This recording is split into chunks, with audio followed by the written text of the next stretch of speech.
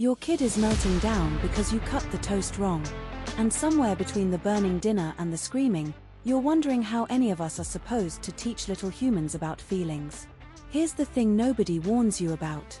Emotional literacy isn't a single big talk you have once and check off the list. It's this slow, messy, everyday practice. And when your 3-year-old is sobbing on the kitchen floor, you're not exactly reaching for a teachable moment. You just want the noise to stop. That's okay. That's normal. But those little moments, they actually are the lesson. So here's what actually works. First, name the feeling out loud.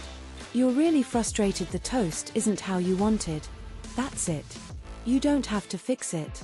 Just naming it helps their brain settle. Second, model your own feelings. Say things like, I'm feeling a bit overwhelmed right now, so I'm going to take a deep breath. Kids learn more from watching us than from anything we tell them.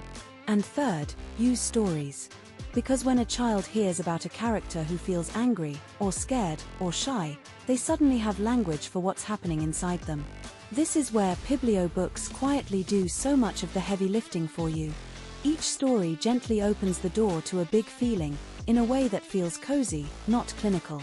You snuggle up, you read together, and suddenly your child has words for things they couldn't explain before. It's emotional learning that feels like love, not a lesson. You're doing more than you realize, just by showing up and trying. If you'd like a little help making these conversations easier, visit pibblio.com and find a story to share tonight.